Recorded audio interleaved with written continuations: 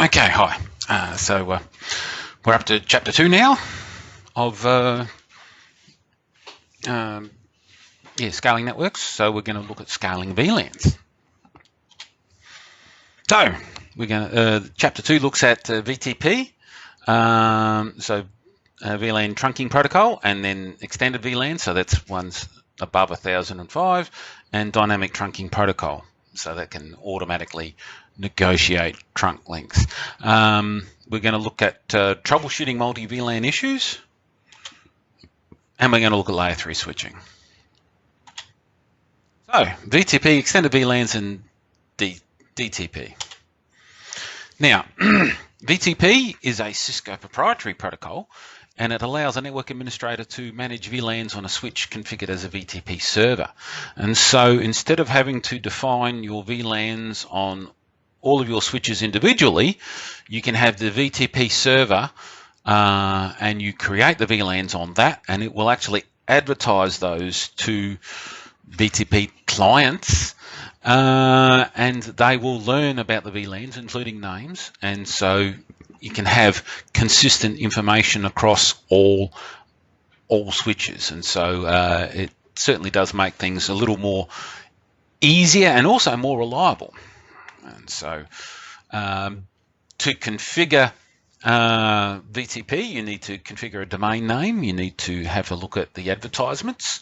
There are 3 modes: server, client, and transparent. We'll cover that in more depth in coming slides. And you can have some added security by having a VTP password. And so, of course, you need to actually have trunk links before you can actually use VTP as well. Now, the modes are server, client, and transparent, as we said. Now, the server mode is actually the default mode. So if you have a switch straight out of the box, it will actually be in VTP server mode. Now, VTP servers advertise the VTP domain VLAN information to other VTP-enabled switches in the same domain. The servers store the VLAN information for the entire domain in NVRAM, and switches configured as a VTP server mode are allowed to create, delete, and rename VLANs for that domain. Now, a client function the same way as VTP servers, but you cannot create, change, or delete VLANs with a client. So it stores the VLAN information not in NVRAM but in RAM, and so if the router reboots, it needs to then communicate with the VTP server to actually get its settings. So as I said, server mode is default, so if you wish to make a switch a client, you need to configure it as such. Now, the transparent mode is basically if you wish a switch to be different to the others, but still pass on the advertisements to other maybe downstream switches. And so they don't participate. So if you create a new VLAN on a VTP server, the transparent switch will not learn it, but it will pass on the advertisement so that other switches will continue to learn it. So one reason you might want to make a transparent switch is maybe you need to create an extended VLAN on it, which is, and now VTP does not support extended VLANs, and so that's one reason why you might have that. So what are the differences? So VTP server manages the domain and VLAN configuration. You can have multiple VTP servers. A VTP client it learns its VLANs from the servers, and it can't change the VLANs. And with VTP transparent, it doesn't learn from the servers. You need to do that manually on that particular VLAN, but it does actually pass things on. So when it comes to the VTP advertisements, VTP server participates fully, as does the client. The transparent switches forward the advertisements, but they take no notice of them. Is the global VLAN configuration preserved on restart? Yes, it is on a server. No, it's not on a client. And no, it's not on a transparent one, but its local one is. Does it update other VTP-enabled switches? Servers do. Clients do, in that they because they pass on. I would have thought transparent does as well, but anyway. Okay, so the three types of advertisements are summary advertisements, advertisement requests, and subset advertisements. And so basically summary advertisement is just the status of VTP. And so the most important piece of information there is actually the revision number. And so if a server advertises a revision number higher than what the other switches have, they will actually then ask for an update, basically. And so advertisement request. So respond to the summary advertisement message when the summary advertisement contains a higher configuration revision number than the current value. So if someone's updated switch 1, switch 2 hasn't learnt it yet, when the summary advertisement comes along, we'll have a higher revision number. And so, oh, okay, I need an update because I'm not up to date with that. And then that subset advertisement, of course, gives that extra information that has changed. Okay, now there are 3 versions. We're only going to talk about 1 and 2 here. And so version 1 is the original one, and that's also the default mode. Supports normal range VLANs only.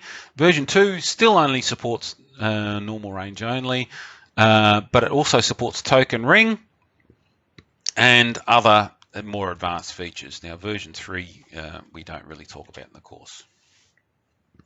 Okay, so how do we verify the VTP status? And so this show VTP status, funnily enough, and so it gives you what versions it is capable of and also what version is running.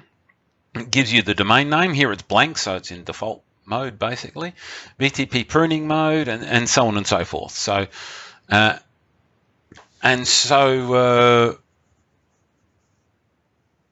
can see that this is operating in transparent.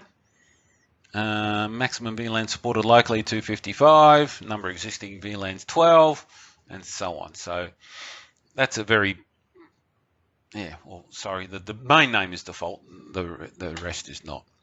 So the VTP configuration revision number is stored in NVRAM.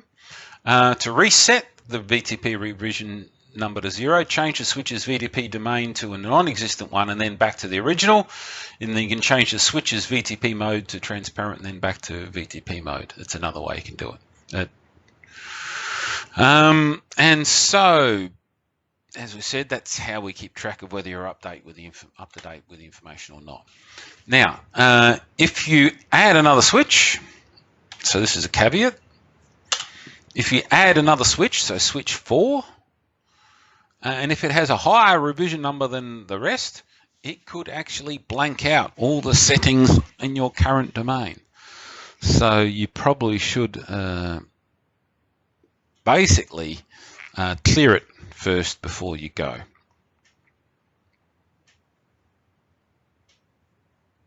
And so if you've got if the VLAN configuration is different on switch 4 to the others, you could actually delete other VLANs, so 10 and 20 in this case, and so those clients that want to use 10 and 20, the VLAN is no longer valid, and so they will not be able to communicate. Okay, so how do we configure it? So basically you need to configure the VTP server, you need to give it a name, and you should give it a password, and then from there you should configure the clients, and then you start creating the VLANs. And so from there, you would then check on the clients that they're learning those new VLANs. Now, so the command is VTP mode server. Now, basically that is the default. So you may not need to do it. So you do show VTP status. It will actually tell you what mode it's in. So you may not necessarily need to do that. And because no VLANs have been created, the revision number is 0. And so the 5 VLANs that are there are the default ones. So they're VLAN 1 and 1002 through to 1005, which are used for special purposes. Now, you can change the name. So VTP domain, give it a name. So in this case, we're talking about CCNA. but of course it could be your business name or site name or whatever it might be. So all servers and clients need to be on the same domain name to exchange information. And of course, a password is a good idea just so you can verify that these are valid servers and clients. So of course, to create clients, you just need to do VTP mode client, and then again, the same domain name, and of course the same password, and that should be enough. So then of course we create the VLANs, so VLAN 10, VLAN 20, VLAN 30, giving them names as well.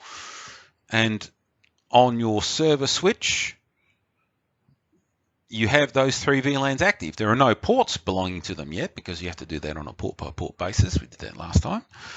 But you can actually see that we have created 3 extra VLANs, and so our count has gone up. And we've also got revisions because basically there's been 6 commands done. So 3 VLANs created and 3 names set. So that's why the revision has gone up to 6. And so now we can do show VTP status on a client switch, and you can see that its revision is up to 6 and it's got 8 VLANs. And so show VLAN brief, again, we've learnt those VLANs from the server. Now, VLAN ranges on Catalyst switches, 29, 60 and 35, 61 support over 4,000 VLANs. So what we call normal range VLANs, or traditional ones, are 1,005 and less. And though the VLAN information is stored in VLAN.dat. And so, of course, that's one of the files you need to delete if you're trying to reset a switch. With extended range VLANs, so basically over 1,006 or 1,006 and over, up to 4094, it's actually stored in the configuration file. And so, yeah, and VTP does not play with those numbers. Okay, so how do we create a VLAN? So of course we do configure terminal, VLAN 20, name, student, done. That's the VLAN created. Of course, then you need to make a port a member of that VLAN, but anyway.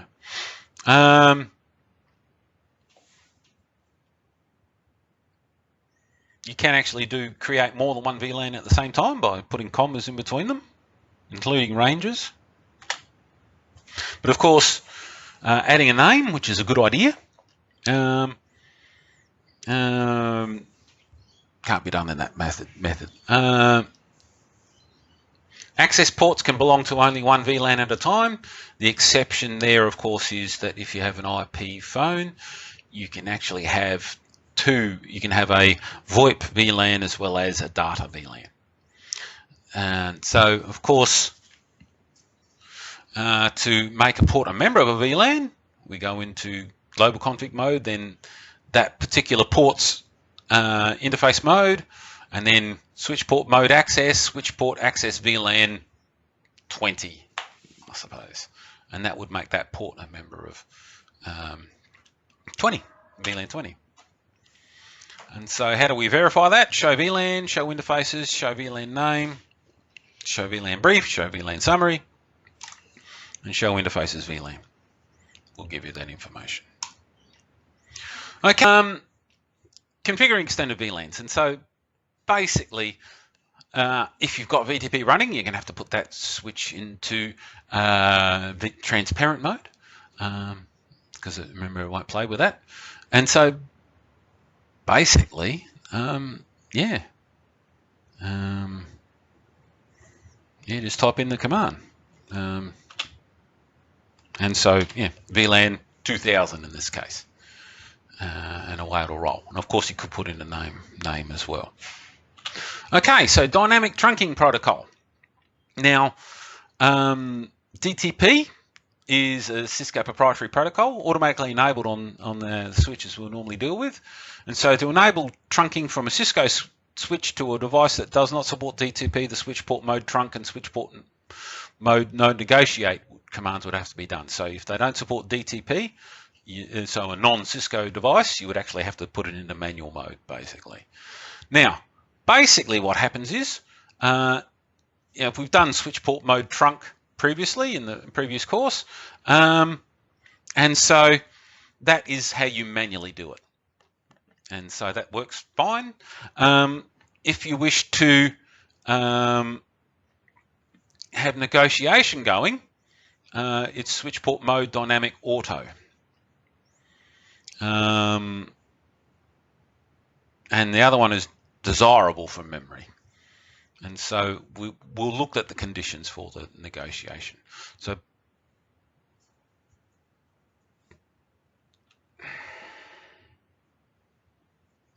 now switch port mode dynamic auto is basically, I think we've spoke about what other protocol was there in the previous, anyway. Auto means I will make this port a trunk if the other end wants it to, but I don't really want it to. But if both are in that mode, neither of them really want it, and so it doesn't become a trunk. And so that's what this is implying here. So basically, what modes can we have for trunking? So switch port mode access, it will not become a trunk. Switch port mode dynamic auto means it will be if the other end of the trunk link wants it, and auto doesn't really want it. It's sort of, I don't care. So I don't care doesn't mean I want it. It means, whatever. But of course the other mode is desirable, and so if you set it like that on one end and then auto on the other end, it will become a trunk link. And so that would bring it up. If you have both ends desirable, it will come up because they both want it. And then there's switch port mode trunk, which is, as I said before, previously, manually doing it. And then switch port no negotiate turns off this DTP. And so here's a table here showing how it all works. And so so basically you've got auto and auto.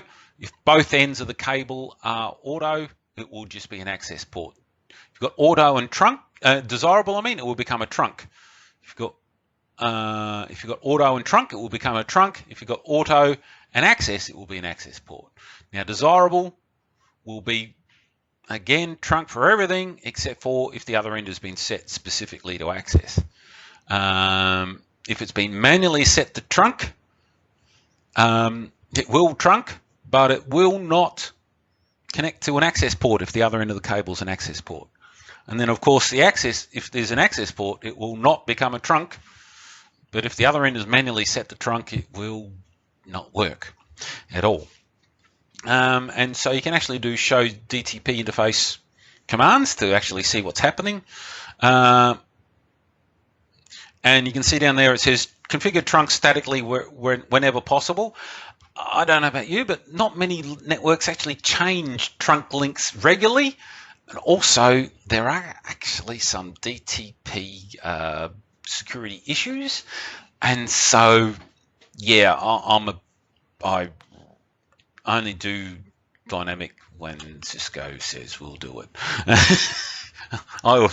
Call me a control freak, but I always do it manually. Switch port mode trunk. And switch port no negotiate, I'll often chuck in as well. I just don't use it. All right, so troubleshooting multi VLANs. So we have, let's just assume that switch 1 has VLANs 10, 20, and 99 configured.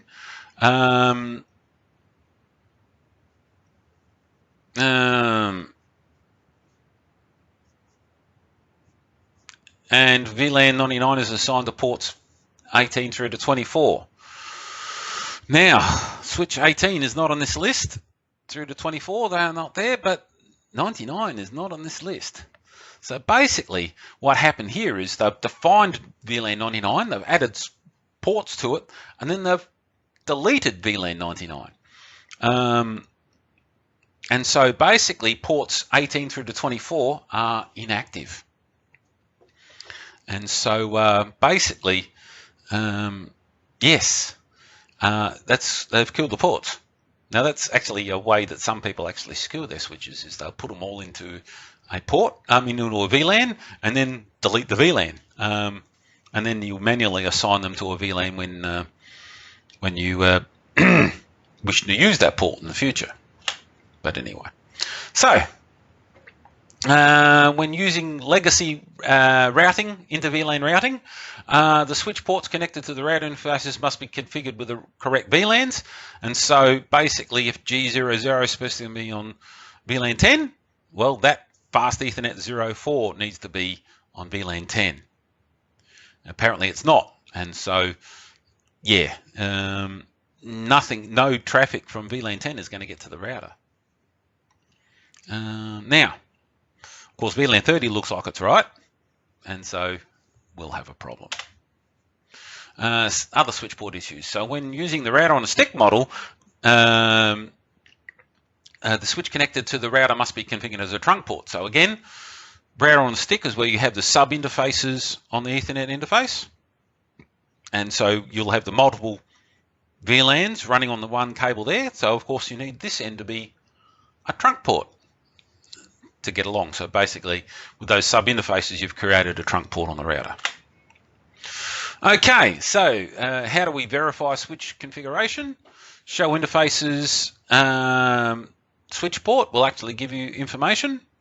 And so here you can see that switch port is enabled.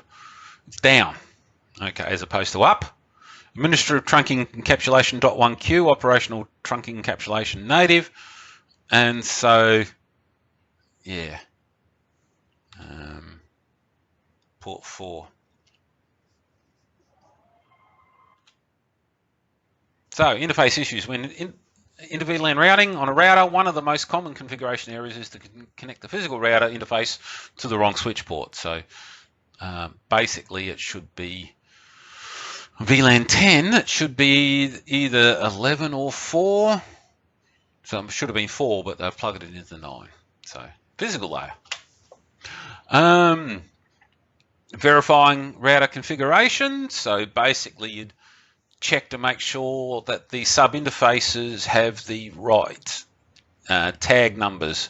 So we've got 100 instead of 10. So yes, a fairly simple typo to make. Yeah, so again, human error. Layer 8. For inter-VLAN routing to operate, a router must be connected to all VLANs either by separate physical interfaces or by sub-interfaces. Each interface or sub-interface must be assigned an IP address that corresponds to the subnet which is connected and belongs to that VLAN. Each PC must be configured with an IP address with that, again, within the subnet belongs to that VLAN. So you've got to have your addressing right, basically. And so how do we verify IP addressing and subnet mask configurations? And so show run, of course, will give you that on a Cisco device. And of course, you've got IP config on a Windows PC. Okay, so troubleshooting VTP. So again, you've got inconsistent version numbers between switches will be a problem. Inconsistent passwords. Inconsistent domain names. You have to have at least one server mode switch. And of course that problem with having a revision number that could basically trash all your settings that was spoken about. DTP, you got to look at the modes on the trunk. And so again, you know, you've got auto desirable or manually on or manually off. So you've got to have that all compatible. Trunk ports also can get upset if the allowed VLANs don't match on both ends of the cable. Of course, by default, all VLANs are allowed, but you can specify which are allowed. And native VLAN mismatches. Of course, a native VLAN is the one that doesn't use a tag. And so if you've got different but native VLAN numbers on both ends, the trunk link will not work. But the switch will tell you all about it. Okay, layer 3 switching. So multi-layer switches provide high-end packet processing rates using hardware-based switching. So Catalyst multi-layer switches support the following layer 3 interfaces. So a routed port, so basically turning a switch port into a router port, or using a switch virtual interface. And so a switch virtual interface is that interface VLAN 1, 2, whatever it might be. And you can set the IP addresses for that. If you've just got a layer 2 switch, you only need one of those for remote administration. But if you've got a layer 3 switch, you use each one of those interface VLANs as a layer 3 interface. And so all layer 3 Cisco Catalyst switches support routing protocols, but several models require enhanced software for specific routing protocol features. So switches are great and they're very fast, but they are not a router. And so they don't support everything that routers do. So you've just got to consider that. Now the 2960s in the rack that we've got only do the switch virtual interfaces. They don't do the routed port. So you've just got to remember that. So, the inter-VLAN routing with switch virtual interfaces. In the early days of switch network, switching was fast and routing was slow. Therefore, the layer 2 switching portion was extended as much as possible into the network. Now, routing can be performed at wire speed and is performed at both distribution and core layers. Distribution switches are configured as layer 3 gateways using switch virtual interfaces or routed ports. Routed ports are usually implemented between the distribution and core layers because you don't need multiple hosts. A switch virtual interface is a virtual interface that is configured within a multi-layer switch to provide a gateway for a VLAN so that the traffic can be routed into or out of the VLAN, to provide layer 3 connectivity to the switch, and to support routing protocol and bridging configurations. So the advantages of switch virtual interfaces are they are quicker than router on a stick, and no need for external links from the switch to the router for routing. And you're not limited to one link. Layer 2 Ether channels can be used to get more bandwidth, so there's lots of upside. So a routed port is a physical port that acts similarly to the interface on a router. It's not associated with a VLAN. It does not support sub-interfaces like a router port can. Router ports are primarily configured between switches in the core and distribution layer. And so basically you do no switch port. So you go into, if you're going to do fast Ethernet 01, you go into that and you do the no switch port command. And that will make it not a switch port, and so the other alternative that makes it a routed port. But as I said, 2960s don't support that. So, how do we troubleshoot?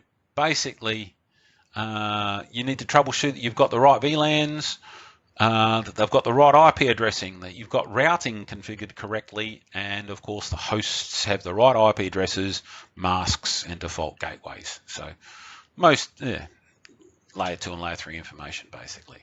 Okay, how do we troubleshoot layer 3 switching? So there are 4 steps in implementing a new VLAN. And so step 1, create and name a new VLAN 500 on the 5th floor switch and on the distribution switches. Add ports to the VLAN 500, ensure the trunk is set up between the distribution switches. Then you create a new SVI on the distribution switch and ensure that IP addresses are assigned. Verify connectivity. And so to troubleshoot that, basically make sure that the VLAN exists all the way through, make sure the ports are on the right VLANs and the trunking is working, and of course you have to make sure the switch virtual interface is configured correctly. Okay, that's it for the chapter. So we looked at configuring enhanced inter-switch connectivity technologies like VTP and DTP. We've looked at troubleshooting VLAN environments, and we've looked at layer 3 switching as well. There's the logo. So yeah, that's it for chapter 2. So chapter 3 I think is spanning tree from memory. So that's our next session. All right, have a nice day.